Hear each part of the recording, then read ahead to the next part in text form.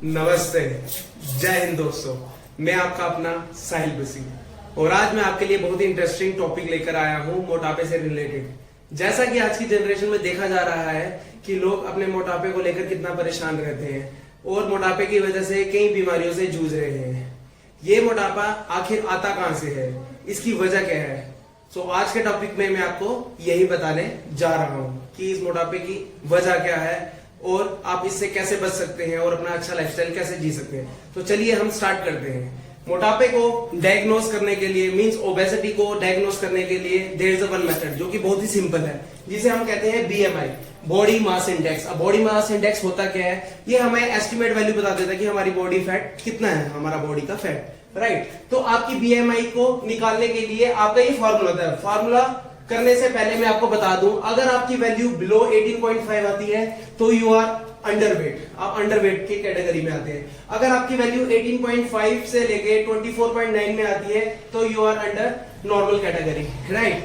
तो अगर आपकी वैल्यू 25 से 29.9 तक आती है तो आप ओवरवेट कैटेगरी में आते हैं। ये आप सेल्फ एनालाइज भी कर सकते हैं कि अगर आपका पेट ज्यादा निकल रहा है, आप ज्यादा मोटापे में आ रहे हैं, तो आप सेल्फ एनालाइज भी कर सकते हैं। बाकी ये सबसे अच्छा प्रोसीजर है अपने आप को एनालाइज करने का, राइट। सो 30 या 30 से ज्यादा अगर आपकी बीएमआई की वैल्यू आती है, बॉडी मास इंडेक्स की, राइट, तो आप ओबेसिटी कैटेगरी में आते हैं। और हर एक बॉडी का बॉडी मास इंडेक्स अलग ही है। अब बॉडी मास इंडेक्स का फॉर्मूला क्या होता है? This is your formula of body mass index. आपका weight in KG divided by आपकी हाइट इन मीटर्स।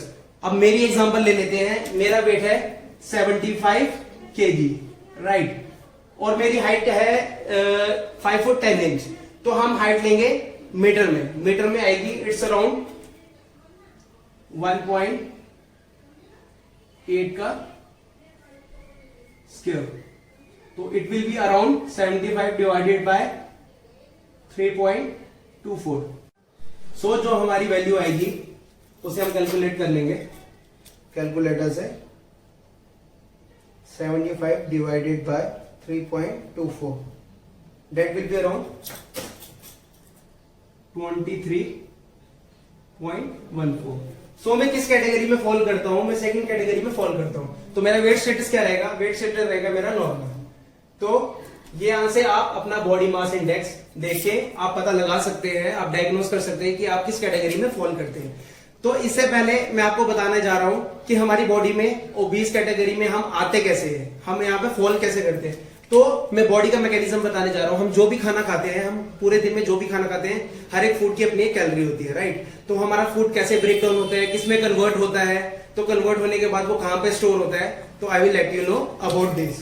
सो हम जो भी खाना खाते हैं सबसे पहले मुंह से हम च्यू करके उसके बाद सीधा हमारे स्टोमक में जाता है, राइट। स्टोमक में वो हमारा फूड ब्रेक डाउन होता है इनटू ग्लूकोज, जो कि पानी में कन्वर्ट होता है। उस पानी को हम ग्लूकोज बोलते हैं। तो वो सबसे पहले उसके बाद ब्रेक डाउन होने के बाद वो हमारे 3 टैंक्स में फुल होगा। There are only 3 tanks in our body, right. तो सबसे पहले जो टैंक आता है that is called your liver. Liver में जो हमारा ग्लूकोज स्टोर होता है एज ए ग्लाइकोजन स्टोर होता है। और हमारे लीवर की कैपेसिटी है 100 to 200 कैलोरीज स्टोर करने की कैपेसिटी। यहाँ पे हमारा ग्लूकोज स्टोर होगा एज ए ग्लाइकोजन। 200 कैलोरीज यहाँ पे स्टोर होगी। उसके बाद हमारा नेक्स्ट टैंक आता है, वो आता है हमारा मसल टैंक, जिसे कि हम मसल मास कहते हैं, ठीक है, स्केलेटल मसल मास। और मसल मास हमारा अपर बॉडी में भी होता है और हमारी लोअर बॉडी में भी होता है, राइट। सो हमारे मसल मास की कैपेसिटी होती है ग्लूकोज स्टोर करने की सबसे ज्यादा 1200 to 1600 कैलोरी स्टोर करने की कैपेसिटी, राइट। तो हमारा यहाँ पे ग्लूकोज स्टोर होता है एज ए ग्लाइकोजन। तभी हम कहते हैं जितना ज्यादा हमारा मसल मास होगा उतनी ज्यादा कैलोरीज इनटेक करने की कैपेसिटी हमारी इंक्रीज होगी। तो उसके बाद हमारा मसल टैंक फुल होने के कारण लास्ट जो हमारा टैंक आता है that is called your adipose tissue, जो कि हमारा एब्डोमिनल एरिया में रहता है। वहां पे हमारा फैट स्टोर होता है एज ए ट्राइग्लिसराइड। तो जितनी भी कैलोरीज वहां पे फुल होने के बाद जो बचती हैं वो सारी हमारी एडिपोज टिश्यू में एज अ फैट स्टोर होता है, राइट, एज अ ट्राइग्लिसराइड, जिसे कि हम फैट कहते हैं। तो हमारे एडिपोज टिश्यू की एज सच कोई लिमिटेशन नहीं है कि इतना ही कैलोरीज वो इनटेक कर सकता है। जितनी बढ़ते जाओगे वो हमारी ओबीस कैटेगरी में फॉल कर जाएगी, राइट। तो हम एक एग्जांपल लेते हैं एक सेडेंटरी पर्सन की। सेडेंटरी पर्सन होता क्या है? जिसका वर्कआउट हिस्ट्री कुछ नहीं होती, जिसका लाइफस्टाइल नॉर्मल रहता है, खाना पीना, वर्क पे जाना और वापस then same repeat, right. No physical workout, no physical activity, nothing at all, right. तो अगर हम उसकी एग्जांपल लेते हैं, उसकी बॉडी का बीएमआर है। बीएमआर होता क्या है? BMR is basic metabolic rate. हमारी बॉडी पूरे दिन में कितनी कैलोरीज बर्न करती है that is called your BMR. उसकी बॉडी का बीएमआर है फॉर एग्जांपल 1300 कैलोरीज, राइट, तो वो कैलोरीज इनटेक कर रहा है 1600 कैलोरीज, राइट। तो ऑटोमेटिकली क्या होगा, जैसे ही वो खाना खाएगा सबसे पहले वो उसके स्टोमक में जाएगा, वहां पे ब्रेक डाउन होगा, ग्लूकोज में कन्वर्ट होगा, वो 1600 कैलोरी सबसे पहले वो स्टोर होंगी उसके लीवर में, वहां पे 200 कैलोरीज स्टोर होगी। देन उसका नेक्स्ट टैंक आएगा उसका मसल मास। जैसा कि मैंने आपको बताया, जो वेट ट्रेनिंग करेगा उसका मसल मास ऑटोमेटिकली ज्यादा होगा। जिसने आज तक कभी वर्कआउट किया ही नहीं सेडेंटरी पर्सन, उसका ऑटोमेटिकली मसल मास कम ही होगा। जैसे जैसे आपकी एज इंक्रीज होती रहती है वैसे वैसे आपका मसल मास भी कम होता रहता है। तो ऑटोमेटिकली उसके मसल मास की कैपेसिटी फॉर एग्जांपल मान लो 1000 है, तो 1000 वहां पे स्टोर हुई, 200 यहाँ पे स्टोर हुई, कितनी होगी 1200 कैलोरीज, और बाकी कितनी बची 400। अब वो जो 400 कैलोरीज आपकी बची वो सारी जाएंगी आपकी एडिपोज टिश्यू में, तो जिसकी वजह से वहां पे आपका फैट स्टोर हो जाएगा एज ए ट्राइग्लिसराइड। तो ये फैट आपका सिर्फ एक दिन की मेहनत से या महीने की मेहनत से नहीं होता, आप ओबीस कैटेगरी में आते, ये आपकी कई सालों की मेहनत से, कई सालों से आपका लाइफस्टाइल खराब होने के कारण आप ओबीस कैटेगरी में फॉल करते हैं। This is the only reason कि आप ओबीस कैटेगरी में क्यों आते हैं। जैसे कि आज की जनरेशन में देखा जाए, बच्चों से लेके अगर बड़ों तक देखा जाए, आपको ओबीस कैटेगरी मिलेगी। क्यों? जस्ट बिकॉज उनका लाइफस्टाइल ही इतना खराब हो चुका है, उनका खाना पीना, just because of junk foods. तो बड़ों में अगर देखा जाए तो उनका अल्कोहल इंटेक ही इतना ज्यादा होता है। अब there are so many excuses, उनके बहाने बहुत होते हैं कि स्ट्रेस होने के कारण कि हम इतनी पीते हैं, मतलब कि उनका ये लाइफस्टाइल ही बन जाता है। तो स्ट्रेस को कम करने के लिए liquid intake is not a good thing, right. Stress को अगर कम करना है तो you have to be physically active.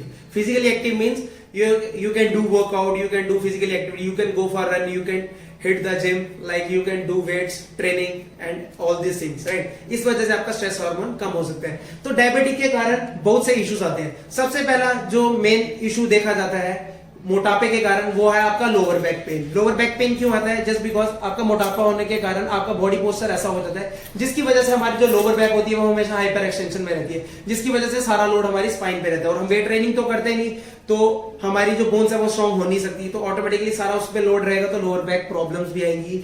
Type 2 diabetes होने के चांसेस बढ़ जाते हैं। आपका फैट परसेंटेज अगर बढ़ेगा तो ऑटोमेटिकली आपका विसरल फैट भी बढ़ेगा। विसरल फैट क्या होता है? आपके ऑर्गन्स के अराउंड जितना भी फैट होता है, that is called your visceral fat. Visceral fat बढ़ेगा तो ऑटोमेटिकली आपकी कोरोनरी आर्टरी डिसीजेस के रिलेटेड जितनी भी बीमारी है, जिसे हम कहते हैं हार्ट रिलेटेड प्रॉब्लम्स, बढ़ जाएंगी। आपका स्ट्रोक आने के चांसेस बढ़ जाएंगे, हार्ट अटैक आने के चांसेस बढ़ जाएंगे, ठीक है। टाइप 2 डायबिटीज होने के चांसेस बढ़ जाएंगे, ऑस्टियोआर्थराइटिस होने के चांसेस बढ़ जाएंगे। वेट ज्यादा होने के कारण हमारा सारा स्ट्रेस जो हमारे जॉइंट्स के ऊपर रहेगा, सारा स्ट्रेन रहेगा, तो जिसकी वजह से इन्फ्लेमेशन स्टार्ट हो जाएगी, जिसकी वजह से ऑस्टियोआर्थराइटिस होने की प्रॉब्लम स्टार्ट हो जाएगी। सेक्सुअल प्रॉब्लम्स होना स्टार्ट हो जाएंगी मेंस में, ठीक है। गर्ल्स में गायनोकोलॉजिकल प्रॉब्लम्स होना स्टार्ट हो जाएंगे, irregular period in women's, PCOD, PCOS problem in girls etcetera. ये कई सारी बीमारी है जो कि ओबेसिटी की वजह से फॉल करेंगे। तो इसे आप कैसे रोक सकते हैं, कैसे रोका जा सकता है? इसे रोकने के कारण सिर्फ 2 ही मेन रीजन है। एक तो आपकी फिजिकली एक्टिविटी, कि you have to be physically active around the whole day. जो लोग काफी ही ज्यादा बिजी हैं, मतलब कि काफी ज्यादा बिजी रहते हैं अपने वर्क शेड्यूल में, जिनके पास 1 घंटा भी नहीं है, जिनके एक्सक्यूजेस इतने कि 1 घंटा भी नहीं निकाल सकते वो अपने लिए, तो एटलीस्ट मैं ये नहीं कह रहा कि आपको सीधा डायरेक्टली ही जिम ज्वाइन करना है। आप वॉक से स्टार्ट कर सकते हैं। आप आधा घंटा तो निकाल ही सकते हैं वॉक के लिए, राइट। सो अपनी फिजिकली एक्टिविटी बढ़ाए। उसके बाद धीरे धीरे जैसे आप अपने आप में चेंजेस देखेंगे तो automatically you will be intrinsically motivated, जिसका मतलब आप खुद, जब तक आपके अंदर से मोटिवेशन नहीं आएगी तब तक मैं आपको जितना मर्जी मोटिवेट करूं आप मोटिवेट नहीं होंगे, जब तक आप अपने आप में रिजल्ट्स नहीं देखोगे, राइट। तो दूसरी चीज आपका न्यूट्रिशन। तो न्यूट्रिशन आपका कैसा होना चाहिए ओबीस क्लाइंट्स के लिए, ये मैं आपकी नेक्स्ट वीडियोस लेके आ रहा हूं न्यूट्रिशन के ऊपर ही, जो कि ओबीस क्लाइंट के लिए रहेगी कि आप न्यूट्रिशन कैसे फॉलो करेंगे, आपका न्यूट्रिशन क्या होना चाहिए, वो मैं आपको नेक्स्ट वीडियो में बताऊंगा।